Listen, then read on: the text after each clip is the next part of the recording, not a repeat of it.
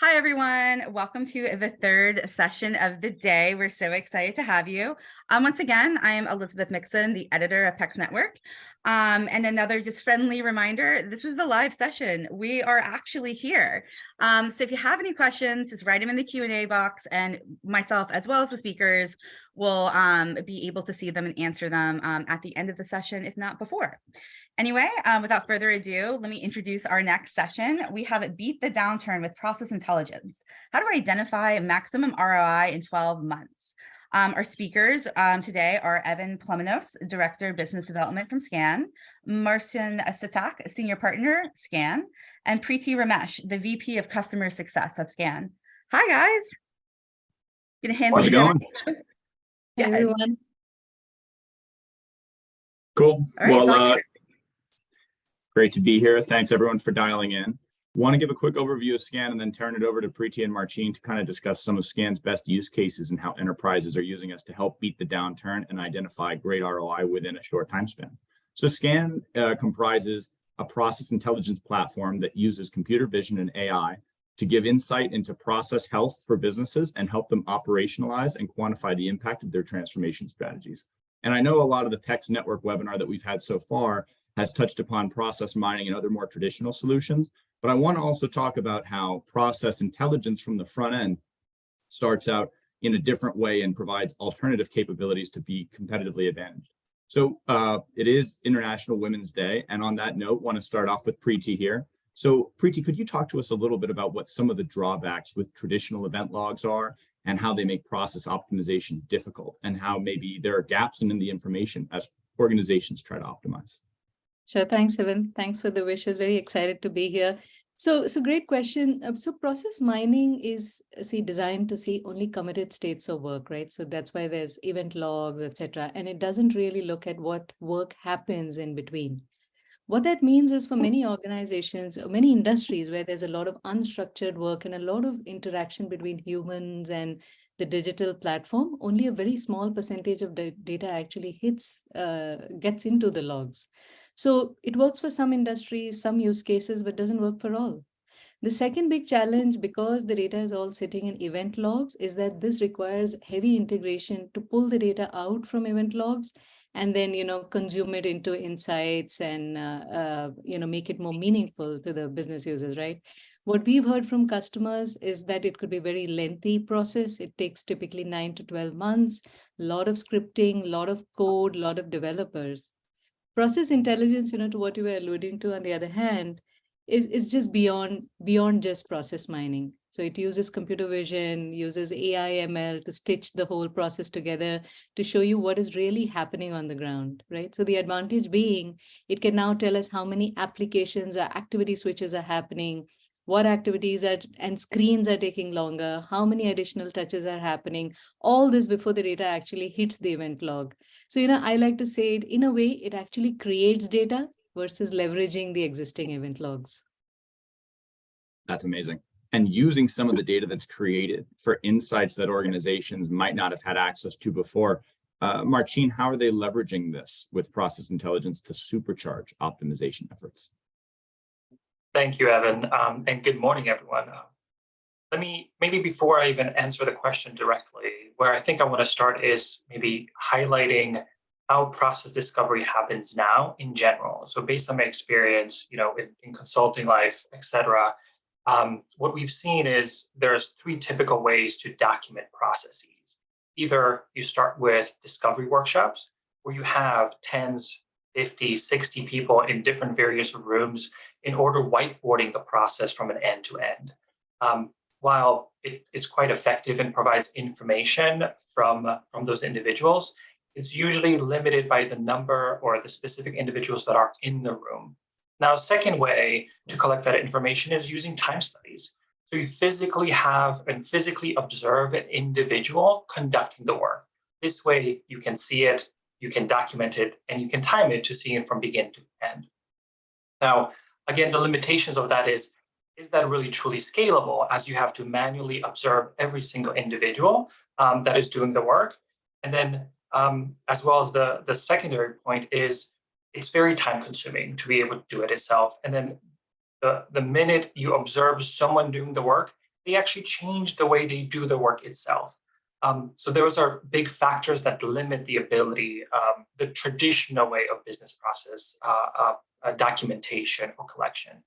So a couple of things that Preeti mentioned is, from process intelligence perspective, now thinking about what's an alternative way to do it, using technology to observe it, is having an agent or an aspects of running in the background of individual computers to observe the work that is being done by the individual, how it's truly being done. Now, as Preeti mentioned, you can jump between applications. There's no one true process that sticks to one single application from end to end. We see numerous number of customers that have 50, 60, 100 of applications, and maybe 10, 15 of them are true process applications. So how do you stitch that without integration? How do you stitch that and connect it using the data that's available to you? It actually brings an example to mind. Just recently working with a customer is we've identified a application that we did not enable to collect the data. We found that into 2 weeks into the process discovery process. Now, once we learned that, we were able to enable it, identify the data we want to collect from that application in a matter of 5 business days. It wasn't a 1 month, 2 month integration exercise. It was enabling it, identifying it, and displaying it. And really the true power of this data is now you have a set of data collected at the most granular level that you can expose, summarize, slice, report to truly provide the leadership the data they need to make the decisions they need based on their strategic initiatives. And it sounds like that can essentially be customized to the enterprise's specific goals with the level of granularity and with all of those, new and awesome features and abilities with that granular data. I think we would all love to hear about some of the key use cases amongst some of our clients. So Marcin, I know you have some of the best insurance experience that we have at Skan. Why don't you go first, and then Preeti, if you want to talk about maybe a financial services use case. Okay.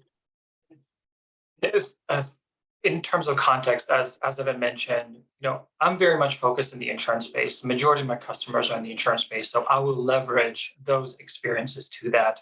And again, before I jump into the specific use cases, from a context perspective, I know all of us on this call and in this room have interacted in one way or another insurance organization.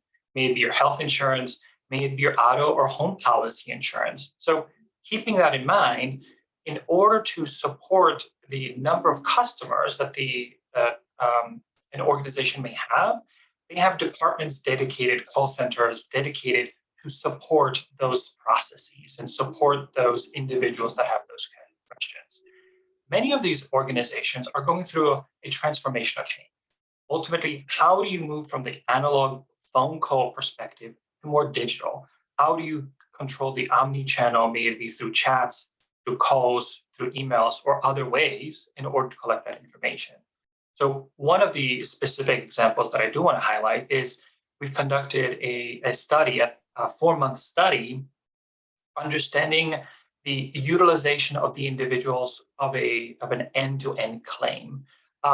Those claims can range anywhere between 3 to 9 months. So as you can imagine, the end-to-end process is quite extensive. And what we've learned is that the organization identified up to 50% operational efficiency they can gain over 4 years.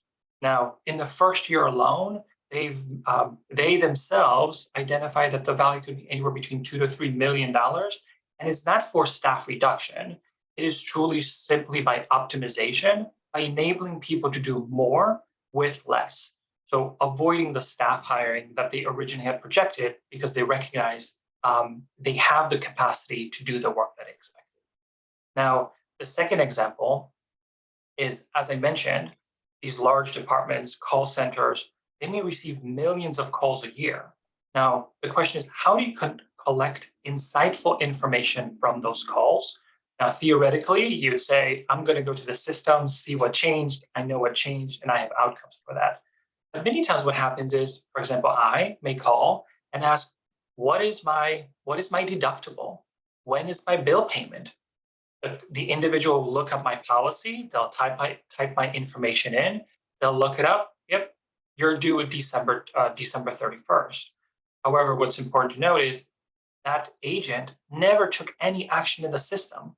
So per Preeti's point, there won't be any logs, there won't be any information unless the agent themselves documents via survey or other means to tell you what happened during that call.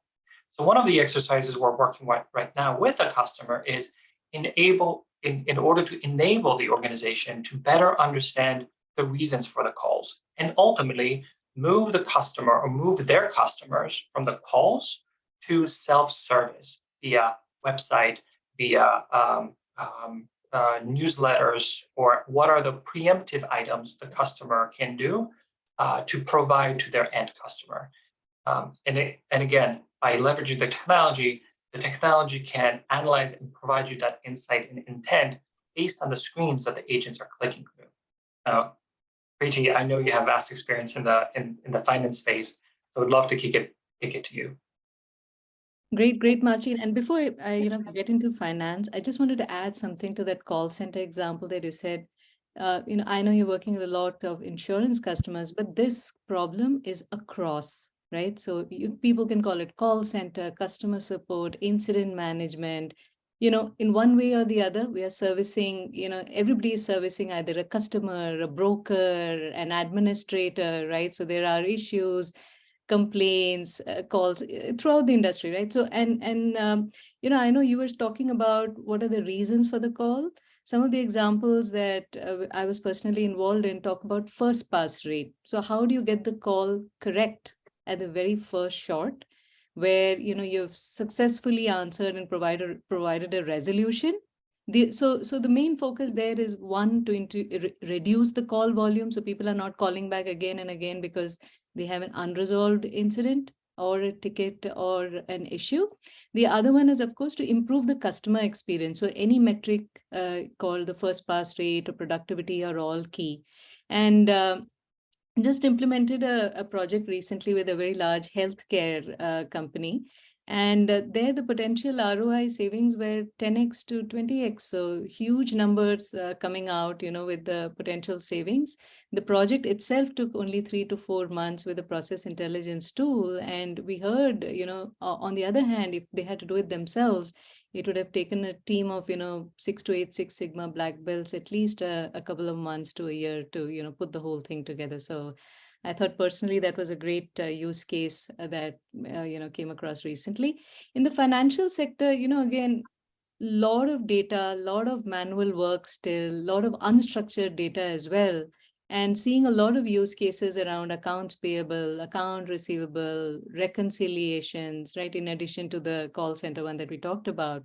And teams are looking to improve, the end-to-end automation by identifying bottlenecks, where exactly can they reduce manual intervention.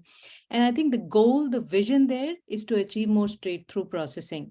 Now, this itself can result easily in an ROI of 5 to 10x, depending on the team size. So a lot of examples coming from the financial sector there. And the third use case that I did want to mention, again, it's a little generic. Again, any organization that is facing customers, they are bound to measure their SLAs.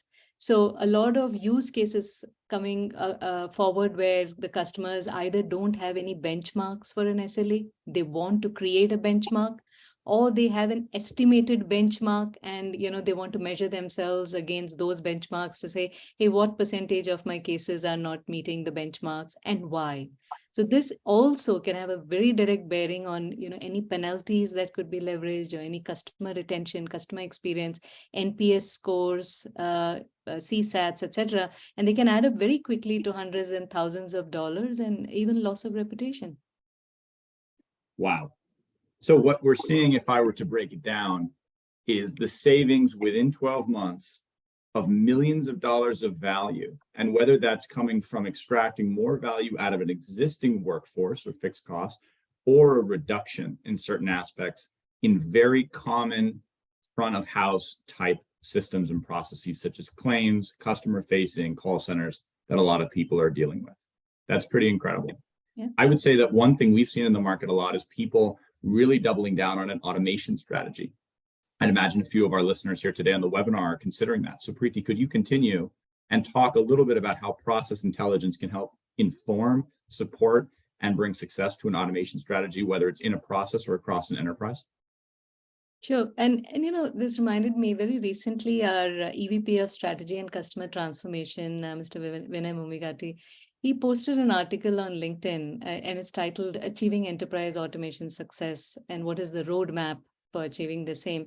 I thought it was extremely timely, good for me, and extremely insightful as he shares, firsthand experience from running huge automation, centers in his Bank of America and LexisNexis days. So I thought that was extremely insightful.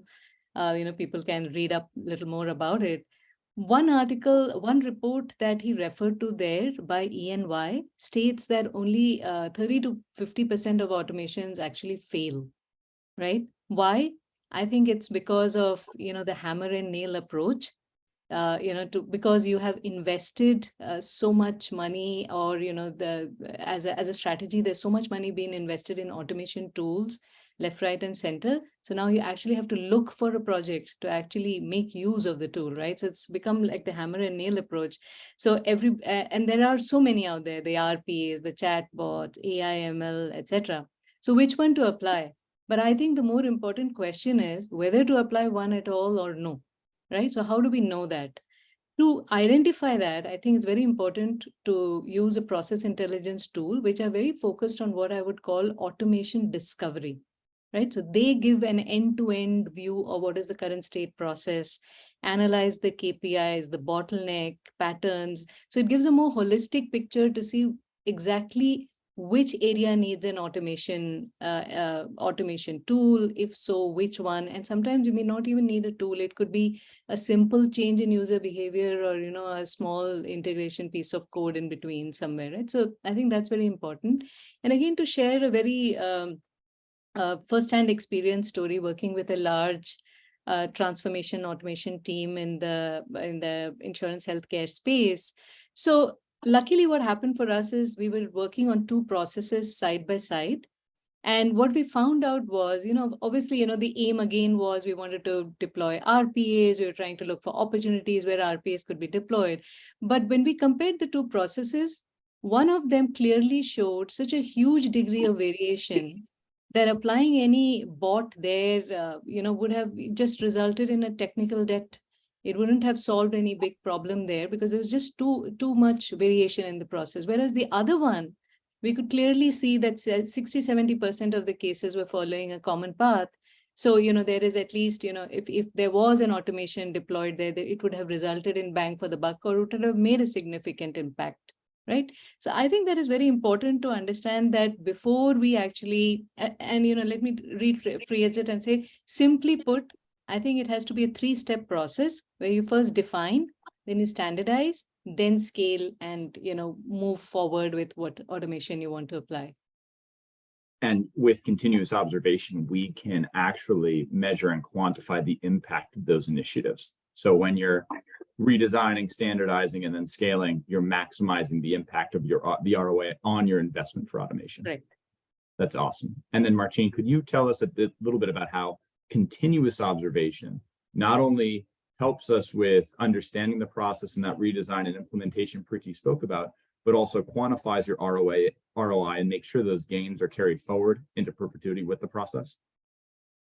Sure, and maybe I'll tackle also two questions. I'm seeing a question around, a little bit more around how our technology works and operates, and I think this is going to weave in a little bit to the question itself.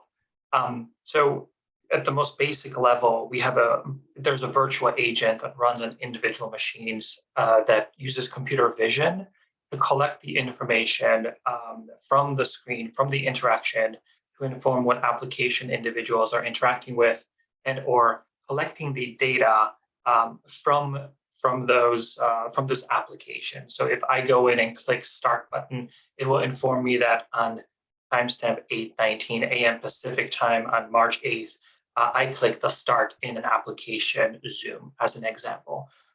So then when I switch between different applications, our customers are able to leverage and decide which applications they want to observe, to recognize which are part of the process. But that being said, is because it is running silently on the individual computer machines, it can be something that can be done very specifically to target a particular pain point or something that can be observed long term. And that being said, our customer use Skan specifically in both of those areas. So as a specific pain point that I mentioned earlier around identifying the reasons for the call. Is there a spike for the call because there's a policy change on insurance? Is that one of the reasons? So maybe they'll observe it for 6 months or 12 months, collect that information, get that insight. But so anyone who's a Six Sigma or Lean Six Sigma and experienced any value realization, the larger transformational programs, or any operational or any project initiatives will recognize how difficult it is to evaluate and identify if the value was reached at the end of the project. Speaking from personal experience, defining the business cases, making assumptions, putting numbers on a page, it's usually easier part, right? The question that then becomes is, how do I realize and truly know that I've gained the value that I expected? Normally requires, what are those metrics? Identifying how will I track these metrics? Who will provide me the raw data? How will I baseline before I start collecting? And then who's going to be responsible for providing this data on a monthly, quarterly, annual basis, and then report it to the director of finance, et cetera, to validate that the savings are actually there. So that being said, one of the, from a continuous observation perspective, the three areas of big benefits is you can use the process intelligence to baseline current organization before you even make any changes, product improvements, technical landscape changes. You can define the future targets, and then using the data that's available, like I mentioned, it collects the data at the most granular level of the screen of the individual interacting with it, and then clearly measure the performance up to those set targets, and quite easily identifying, realizing the value. And again, going back to the second point is, how do I know that the project or initiative I intended has the impact I expected, and not maybe another project or larger strategic initiatives? So understanding the incremental improvements that they're affected, when did they go live in the system application landscape, and then seeing what that has to change. Does it have a change? Does it have intended change? Or are you eroding value that you actually expected to gain? And then more importantly, or probably many individuals on this call from process mining are very much interested in process documentation, process deviation. That's the other aspect. Leveraging information, documenting, and creates the process maps and process flows for you. You can identify and highlight when individuals and or organizations groups are deviating from that expected process, from that quote unquote golden process that I know every organization has clearly documented and has readily available. A bit of hyperbole there, but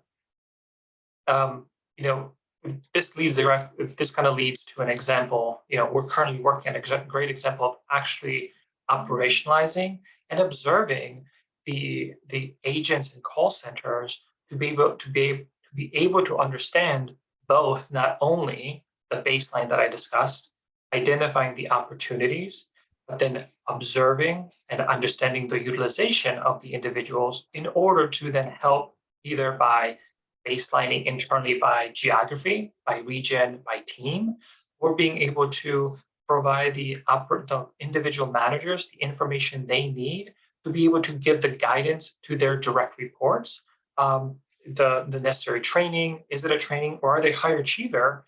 And actually their effectiveness is much quicker than expected. So how do you leverage the information to provide to help the individuals that really need it? That's awesome. And it reminds me actually of our unit cost report.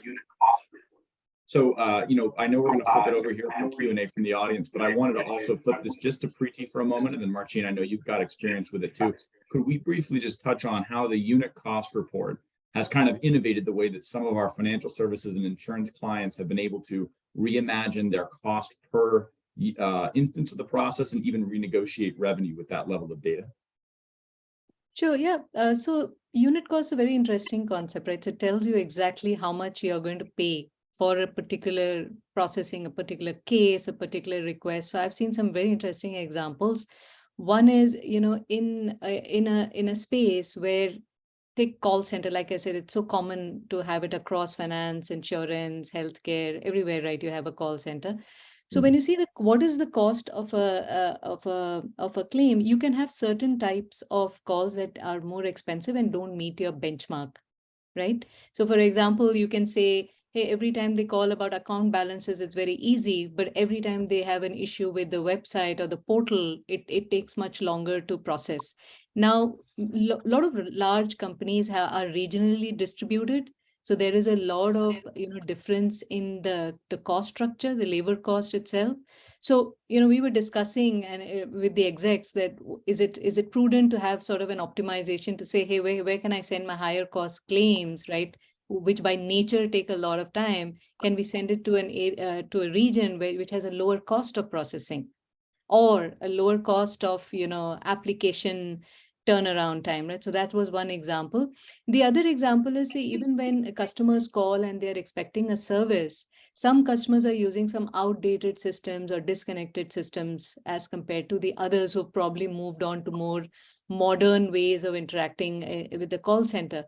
So is there an incentive, or can you put something into the premium plan or the kind of service that they leverage to say, hey, if you come this route, it's going to be a little more expensive. The annual cost is going to be higher as compared to if you start basically incentivizing them to move to a place where you can then control the costs of your work. So these were two very interesting examples that I'd come across recently. Maybe if adding a little bit to that, Preeti, so another example that we see is anytime a health insurance organization may bring on a new customer. So from a business to business contracting perspective and interaction, many of those contracts have certain stipulations that the services will be paid based on number of calls or incidences, or managed of the number of employees that organization has. So one of the pieces is, again, this goes back to, there are a set of assumptions of understanding how much will the customer be billed, or how much will the customer be charged for those services.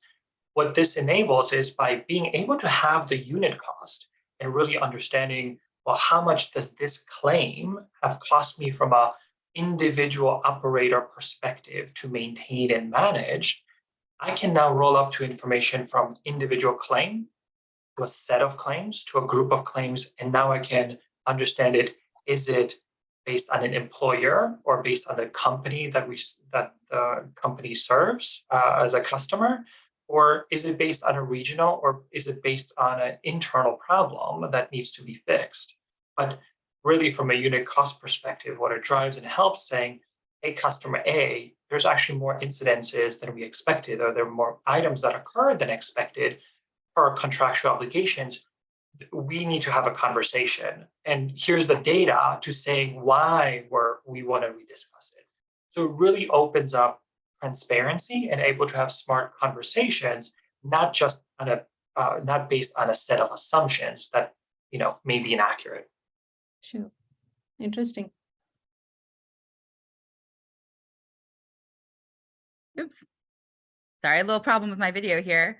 All right, guys, we only have about 1 minute left. So I did just want to throw out the, at least one audience question. So what are the main differences between process mining and process intelligence, specifically related to the implementation of those two approaches?